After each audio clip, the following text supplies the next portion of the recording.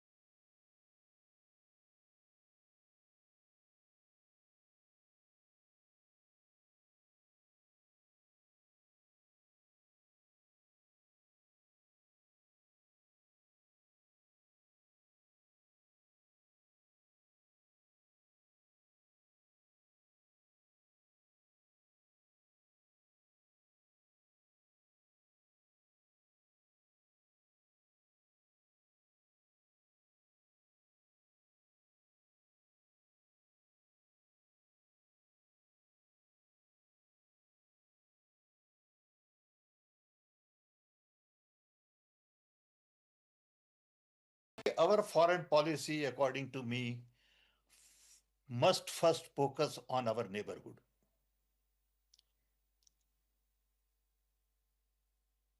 Can we really substantially improve relationship with our neighbors? They are all small. They all need help. They are all going through difficult times, and there's no need to fight. I've been to Pakistan, and I must tell you, I felt at home. I've been to Bangladesh. I've been to Nepal, and I feel at home. I don't feel like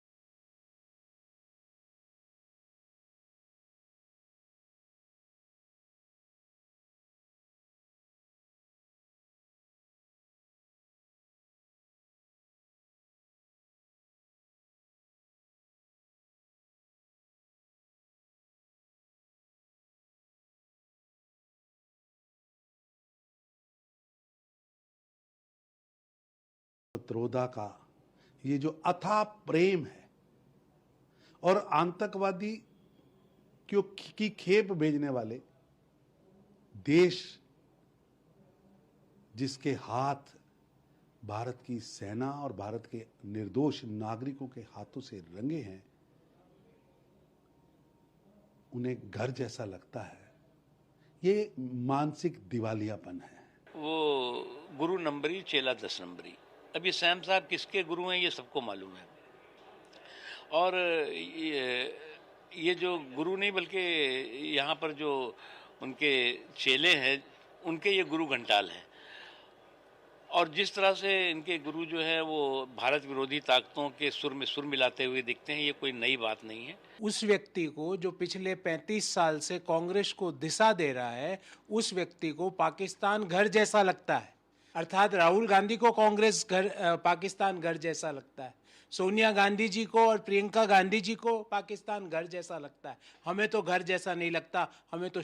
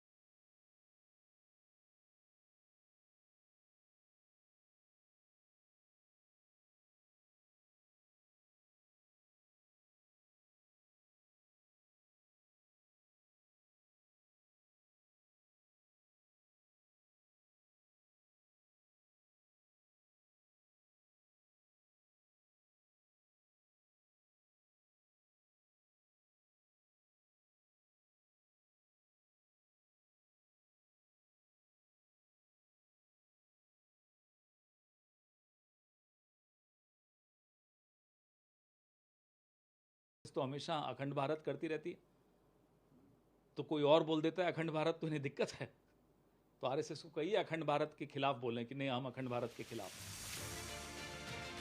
अखंड भारत की बात कर कांग्रेस नेता Pawan Khera Sam Pitroda का बचाव कर रहे हैं, लेकिन सवाल है कि जो पाकिस्तान भारत के खिलाफ साजिश रचता है, जो आतंकियों को पालता पोसता है, जो आतंकियों को खाद पानी देता है, भारत पर हमले के लिए उकसाता है, उस पाकिस्तान के लिए पित्रोदा का इतना प्यार क्यों? क्या पित्रोदा के खिलाफ कांग्रेस एक्शन लेगी? क्या पित्रोदा के खिलाफ कांग्रेस कोई कार्रवाई करेगी? Bureau report, news India.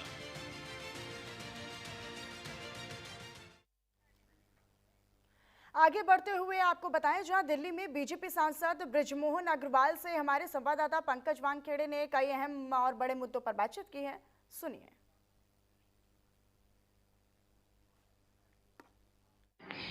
Congress एक वरिष्ठ नेता है सैम पित्रोदा, उन्होंने फिर एक विवादित बयान दिया। उन्होंने कहा है कि पाकिस्तान, बांग्लादेश और नेपाल उनको घर जैसा लगता है। इसी मुद्दे में बात करने के लिए हमारे साथ मौजूद है भारतीय जनता पार्टी के वरिष्ठ नेता और लोकसभा सांसद बृजमोहन अग्रवाल जी।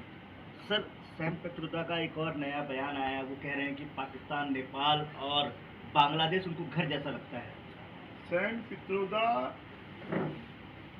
विदेश में पढ़े हैं, विदेश में रहे हैं, भारत की मिट्टी से उनका कोई लगाव नहीं है और पहले भी इस प्रकार के विवादित बयान वो देते रहे हैं। तो सैम पित्रोदा जी, अब आपको जाकर पाकिस्तान की या बांग्लादेश की नागरिकता ले लेनी चाहिए। अगर भारत आपका घर नहीं है तो आपको यहाँ रहने का कोई अधिकार भी नहीं।